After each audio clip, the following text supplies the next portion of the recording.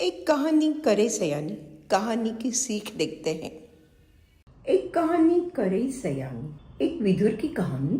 क्या विदुर होना इसका मतलब ये तो नहीं है कि आपकी मौत आती है तब तक एक एक दिन गिन के निकालो।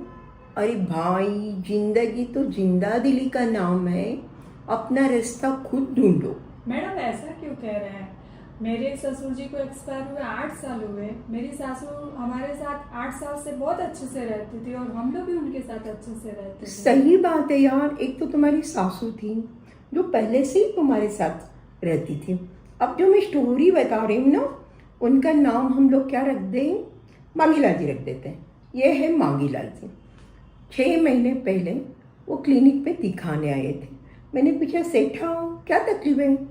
उन्होंने बोला, क्या बोलूँ, मेरा थोड़ा सर भारी रहता है, काम किसी में मन नहीं लगता है, भूख नहीं लगती है, नींद नहीं आती है, कुछ भी अच्छा नहीं लगता।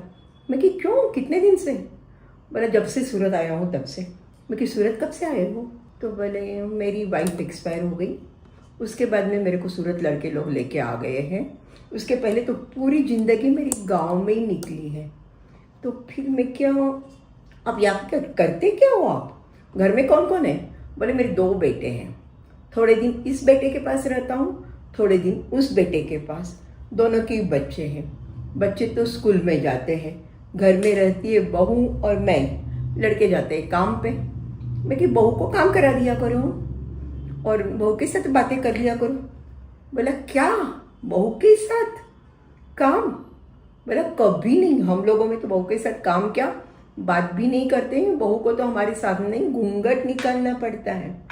मैं कि छोड़ना है परंपराएं, अब बहू को बोल दो घूंघट मत निकाल। बोला, अब कैसे बोलूँगा, ये तो मेरी सम्मान की बात है, और कोई आ गया घर में देखे तो क्या बोलेगा? मैं क्या, ठीक है, आपको और एक रास्ता बताऊँ? मैं क्या, आपके लड़के को बोलो, आप जहाँ पे रहते हो ना, नज़दीक में कोई गार्डन है? बोले, हाँ है। तो मैं क्या, लड़के को बोलो ना कि मेरे को सुबह सुबह गार्डन में ले जाओ। बहुत सारे गार्डन में सीनियर सिटीजन लोग एक्चुअली कसरत भी करते हैं, गाते हैं, हंसी मजाक करते हैं, सब करते हैं, घूमते फिरते हैं। तो फिर आप भी चले जाइए। बोले, नहीं भाई, मुझे तो यहाँ की भाषा भी ठीक से नहीं आती है, मैं तो हिंदी भी प्रॉपरली नहीं बोल पाता हूँ, मेरा तो मारवाड़ी में काम चलता है, और इन लोगों के साथ मैं क्या बात करूँगा, और वो लोग भी मेरे से क्या बात करेंगे, मैं तो नहीं चाहूँगा। तो मैं कि सेठा, आप करना क्या चाहते हो? बोले, मुझे गांव वापस जाना है। मैं कि गांव आप वापस जाओगे? बोले, हाँ। मैं कि क्या करोगे आप गांव जाके? तो बोले, गांव में ही मेरा मन लगेगा।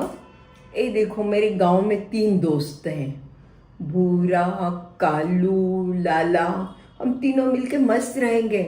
और वो भूरा जो है ना, उसकी घरवाली तो जाके 6 साल हो गए वो अकेला ही रहता है। उसको तो कोई बेटा बेटा है ही नहीं, गांव में रहता है। बीच में उसका एक्सीडेंट हो गया था, पैर टूट गया था, हम सब ने मिलकर सेवा की।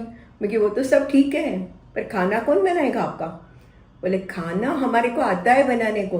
मैं आपको सच्ची बात बताऊं क्या, मेरी घरवाली लास्ट 3-4 साल से बीमारी रहती थी, घर पे खाना भी मैं ही बनाता था। और काफ़ी बार मेरे जो दोस्त हैं ना, वो लोगों को ही सबको खाना अच्छा आता है, तो हम खेत में भी बाटी बना के सेक के खाते हैं, मजा करते हैं। मैं क्या, फिर तो अच्छी बात है, आपको लगता है आप अकेले रह जाओगे? बोले, बहुत अच्छे से रहेंगे, हम लोग घूमने फिरने जाएंगे, बातें करेंगे, हंसी मजाक करेंगे, कभी कभी साथ में बैठ के हुक्का भी पियेंगे, और हमारा तो अच्छा कट जाएगा, खेत में काम करते करते भी मस्ती करेंगे। अरे वो भूरा की गाय है ना, वो दूध देती है, हम सब मिलके पियेंगे, उसमें तो कोई तकलीफ नहीं है, खेती में भी काम करूँगा, सब मस्त रहेगा। मैं कि ठीक है, आपका भी लड़का आता है ना, उसको मैं बोलती हूँ, देखते हैं। उनका लड़का आया, मैंने लड़के को बोला, भैया ये इधर तो कुछ करने को तैयार नहीं है, दिन भर घर में बैठे रहते हैं, टीवी देखेंगे, बच्चे आने के बाद टीवी भी नहीं देख पाते हैं, करेंगे क्या? मैं कि इनको कोई रास्ता ही नहीं है। तो वो लड़का बोला, मैं क्या करूँ, मैं तो दिन भर काम में रहता हूँ, मैं काम नहीं करूँगा तो कैसे होगा? बच्चों के स्कूल है, ट्यूशन है, और घर में बाकी कोई है ही नहीं। मैं क्या, सही बात है, इनको गांव भेज दो। बोले, आप क्या बोल रहे हैं, गांव? बाकी लोग क्या बोलेंगे हमारे को? मैं क्या, कुछ नहीं बोलेंगे, आप भेज दीजिए, शायद वो खुश रहेंगे वहाँ पे।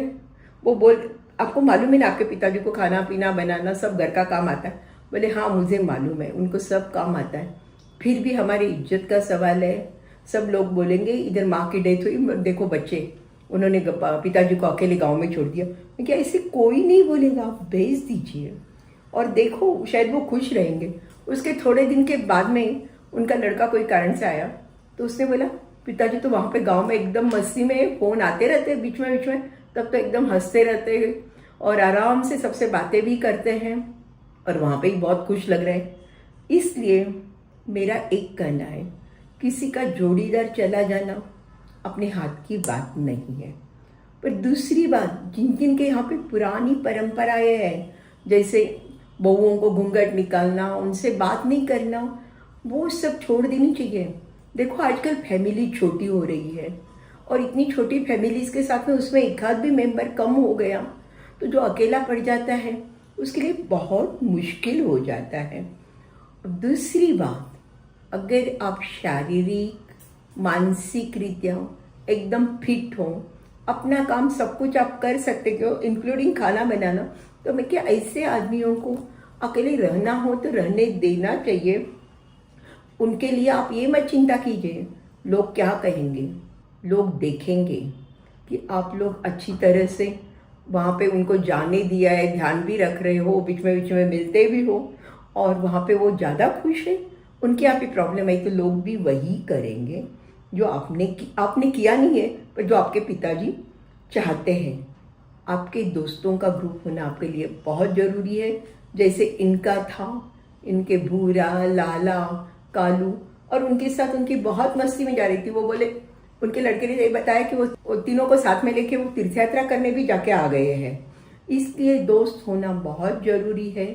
आप अकेले नहीं पढ़ोगे, उसके साथ कुछ कामकाज भी करते रहो, टाइम भी निकल जाएगा और दोस्तों के साथ अपना बचपना वापस जी लोगे। इसलिए विधुर होना या विधवा होना किसी के ही हाथ की बात नहीं है, पर उस वक्त जीना कैसे, उसके बाद जीना कैसे, उसका रास्ता आपको खुद को ढूंढना है और प्यार से ढूंढिए, अच्छे से ढूंढिए, एंजॉय कीजिए, क्योंकि ज़िंदगी जिंदा दिली का नाम है।